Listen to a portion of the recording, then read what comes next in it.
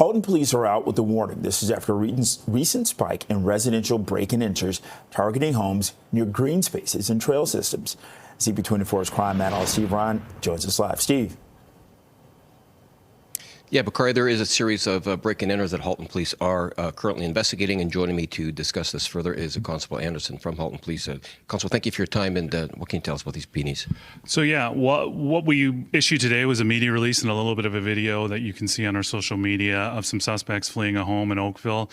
And they're hopping a fence and they're going into a green space, a ravine, and making a pretty quick getaway. And that's something that we've seen a spike of in recent weeks, not just in Oakville. We've seen it in Burlington, Oakville, Milton, Georgetown. Our investigators are noticing a spike in break-ins to homes that are on or near green spaces, trails, that sort of thing.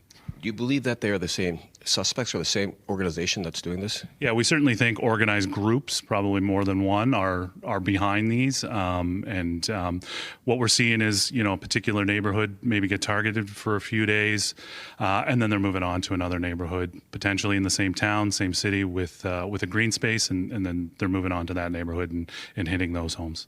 Are the break-and-enters predominantly being done in the daytime, or is it both day and night?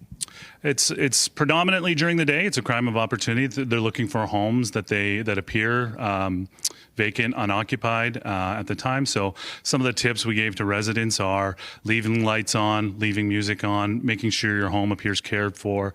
Your driveway walkways are shoveled. If you're going to be away for a long time, we don't want that snow piling up and giving the appearance that nobody's home. Let your neighbors know if you're not going to be home. Make sure all your locks and gates are secured and your doors are secured. If you can put some shatter-resistant film on your windows and doors, that's a huge plus. Audible alarms are a huge help, and exterior cameras with lights help as well. And have you noticed when you're doing the crime analysis, your detectives are looking into these break-and-enters, is there a certain property that seems to be taken over others? Yeah, for sure. These thieves are, generally speaking, they're going directly to places where they think cash or jewelry or values will be stolen. So bedrooms are being ransacked. A lot of times the whole house is tossed, but in a lot of cases, if they think they're short on time, they're going right upstairs. They're tossing bedrooms, and we're seeing that take place. And like I said, luxury items, handbags, cash, jewelry, those are the things that are being targeted. And for those that may be hearing this for the first time and being concerned if they back onto a green space, a heightened police presence in those areas? What are you guys doing? Yeah, we're certainly aware of it. We are increasing our police uniform presence. We've got extra investigative resources available. We're canvassing. We're trying to get as much CCT and surveillance footage as we can. We're also urging residents, if you see anything suspicious in your neighborhood, to give us a call. You see people with backpacks kind of lurking around a green space, look like they're checking things out, cars you don't notice.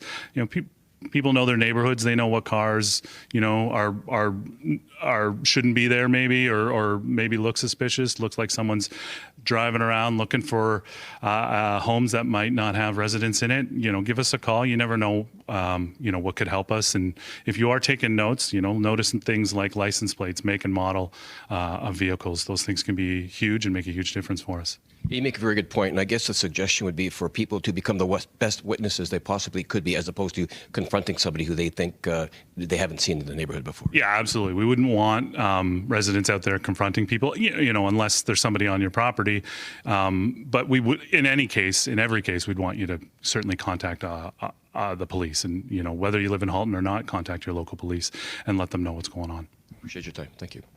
So as the officer said, just be aware, and if you see anything suspicious in your neighborhood, give the police a call. No tip is too minor for them to investigate, and sometimes it's just a minor tip that will help them uncover who these suspects are who are responsible.